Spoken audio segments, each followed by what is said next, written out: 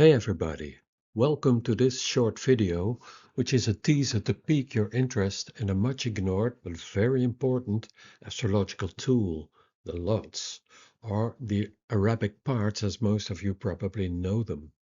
I think they can be compared to the modern use of asteroids, because these can pop up everywhere in the natal chart, signifying very specific topics.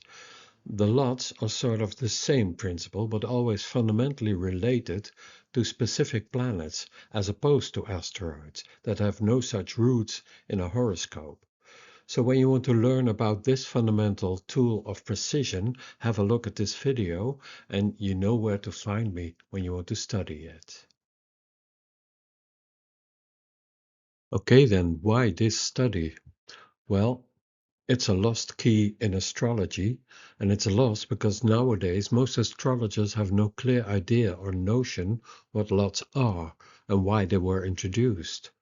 As I said in the previous slide, they are mostly known as Arabic parts, which is a misnomer as they were introduced by Hellenistic astrologers, and they came way before Arabic astrology. And when you don't know what you are looking at, you of course cannot delineate what they represent. And I will show you in this short introduction what this fascinating astrological tool is able to reveal in a natal chart for the astrologer and for the native. This is a teaser. I'm hoping to pique your interest for the secrets of this fascinating astrological tool and its logic. My new tier on Patreon will go deeply into what I present here in this video. So one of the things that stands out is that it's composed of this principle. At the highest level, we have Selene, the moon, as the let's say archetypal principle that descends into this world as her visible image, the star of Selene. And then at the lower level, it results in the principle of fortune, the lot of fortune. And that's the secret that's revealed by this principle. Okay, so yeah, this is the banner that I use for this new tier, and in the middle you can see the symbol of the lot of fortune, how it's noticed or can be seen in often modern natal charts.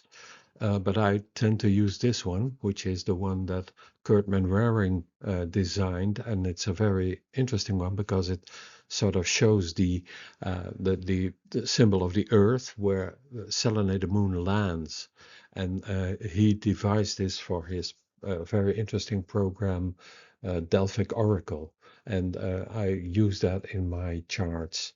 That I will show in this tier when I use examples. One of them I will show here. So yeah, the ancient puzzle is, what is a lot? Hellenistic astrology built on three primary principles: planets, houses, or better called topical places, because a domicile is the house of a planet, so to speak. So domicile is a better word for that, and topical places is a better word for what we now call houses. And then, of course, the third factor is the lots, the kleros. As you can see, planets are observable bodies, houses are defined by topics, but lots are theoretical constructs. They are calculated and cannot be seen in the heavens.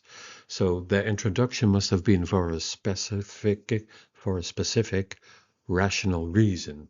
So how did they conceive of these abstract points, and why were they so important? I hope to shed a light on that principle here in succinctly. I will not reveal everything. Now, a very important principle is that this is a rational construct. It's not an empirical observation, as many theories of modern astrology tend to use for explaining why astrology came into being, that it was a observation of things going on in the heavens, and they had to be seen and they can be empirically proven or something like that. But that's not the case, because you cannot find a lot anywhere in the heavens, so they revealed that there was an idea behind them.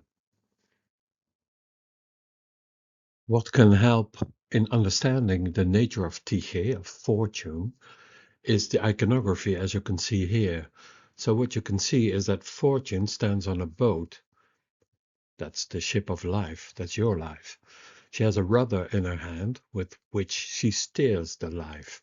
And that's very important principle because apart from our own inherent psyche, the things that happen to us in the outside world are, of course, very important in steering our life because they can interfere with the things we are aiming for, the harbor that we are want to steer at, so to speak. So she also has a wheel at her feet, uh, not at her feet perhaps, but she has also a wheel, and that's of course the wheel of fortune. That's very important. Fortune has to do with things befalling you while you're on your ship's voyage, your life's voyage.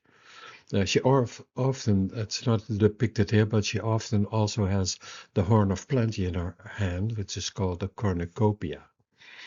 And she's usually depicted as blind or blindfolded, which simply signifies the idea that she's impersonal. It's not meant personally. The things that happen in your life are not to be taken personal in the sense that you're punished or whatnot for something, simply things happening in your life. And she's always also depicted as a woman. Sorry, ladies, but that has to do with the not so, let's say, I'm not sure how to call that, but it has to do with the idea that in ancient times women were seen as fickle. So they are not that logical or something like that, which is, of course, nonsense, but that's the reason why she's often depicted as a woman, mostly always depicted as a woman. Okay, so now that's interesting. The idea of the prow have to do standing on the prow is that has to do with this principle that very often Lady Luck is positioned at the prow of a ship, and in this church rendition of this color glass window, that's Mary straddling at the prow of life's ship. So interesting. Now, apart from the iconography, we have three significators of Tyche, and the most important one is Selene, because that's the planet that represents Tyche as a celestial signifier. She's associated with Ananke and the material receptacle. Why is that? Because she reflects the light of the Helios, of the sun, and that is called by Vetters Valens the bastard light. Selene simply represents the principles that are reflected to Earth from the principle of Helios, the sun, which is nous, which has to do with the higher level, of course, and Selene is simply the representation of that which materializes out of that. And that's very interesting. So then, as said in the iconography, we have the seventh topical place, which is in the imagery of the ship of life. That is the prow of the ship, and that means that the ascendant is the rudder of the ship where you are steering your life. But the seventh place is that the unknown in which the prow of the ship enters when you are on your life's journey. That's the seventh topical place, also called Tyche in Vetters Valens.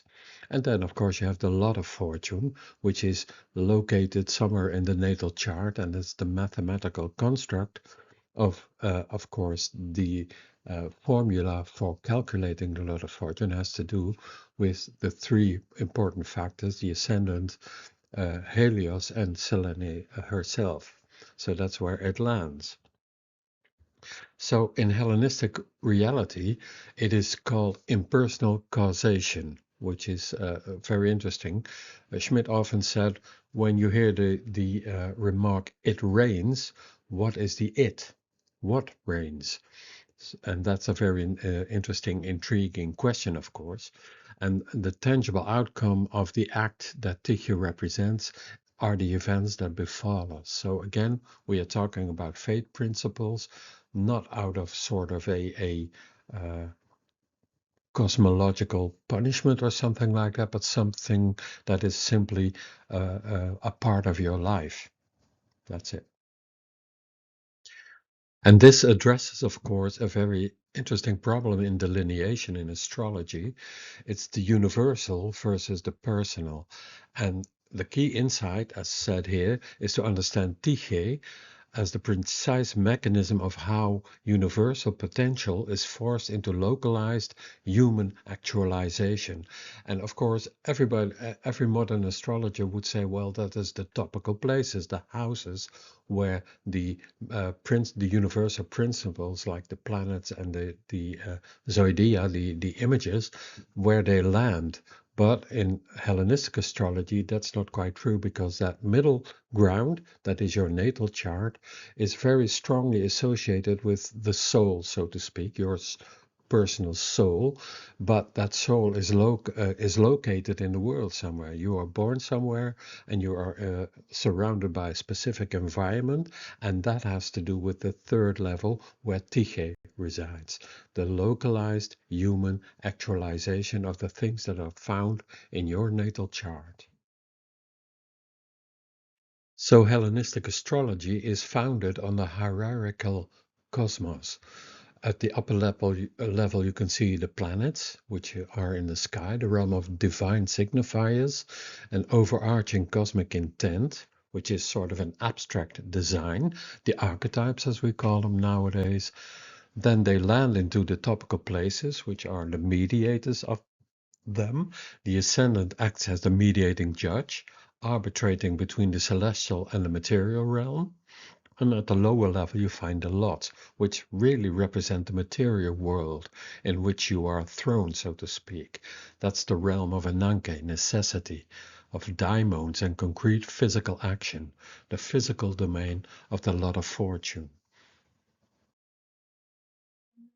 And the interesting, fascinating stuff is that Tyche, fortune, gets her own, because she's a she, her own fortune places. She gets her own topical places. So there's a sort of a new house division underlying your natal chart. These are called the fortune places, or the places of Tyche. So that principle is quite simple. The sign that a lot of fortune falls into is considered the first whole sign place of the fortune chart.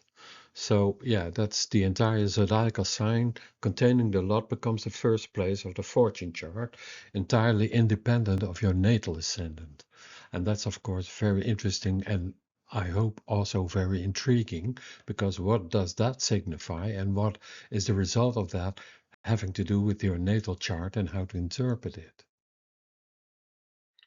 So yeah, that's quite a foundational shift in our idea of what the natal chart can simply introduce into your delineations, and how you can formulate the principle of the fact that you're located in the world with all your psyche and with all your things that are in your life, in your personality, but you're also located in the world. And that's what the lot of fortune defines and signifies. Very intriguing. And one very important clue to all this is that the fortune places have a specific role for the domicile lord of a specific lot, in this case, of course, the lot of fortune itself. So that has a lot to do with how things will manifest in your life. One of the fascinating things about studying the Lord of or the Tyche fortune is that Selene, the moon, is also associated with the body, the physical being of you as a person, as an individual. But the lot of fortune is very specific about being the dominatrix, perhaps, of the physical body and its material preservation. So you get a specific health chart. So let's have a closer look at that. In Vegis Fallon's book 2 of his anthology, he goes deeply into his manner of medical astrology, so to speak. So he uses therefore two important lots, of course, the lot of Tuche, the lot of fortune, which according to him signifies injuries. Why? Because they come from the outside and the things in the world happening to your body. The other one is the lot of daimon. Uh, People know that, perhaps heard of it, a lot of spirit, and that signifies ailments.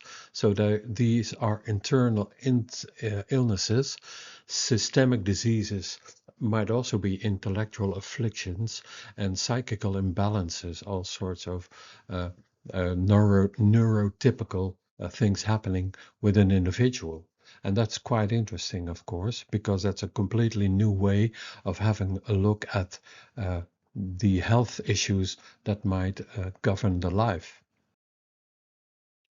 So, isolating Tichy for physical trauma signifies the idea that you can use the lot of fortune to help you diagnose uh, accidents that happen to people. So when their body is harmed or wounded or whatever. So interesting. So in the tier that I am developing for my patron at this moment, I will use examples of this, also diseases which come from the inside, having to do with a lot of daimon.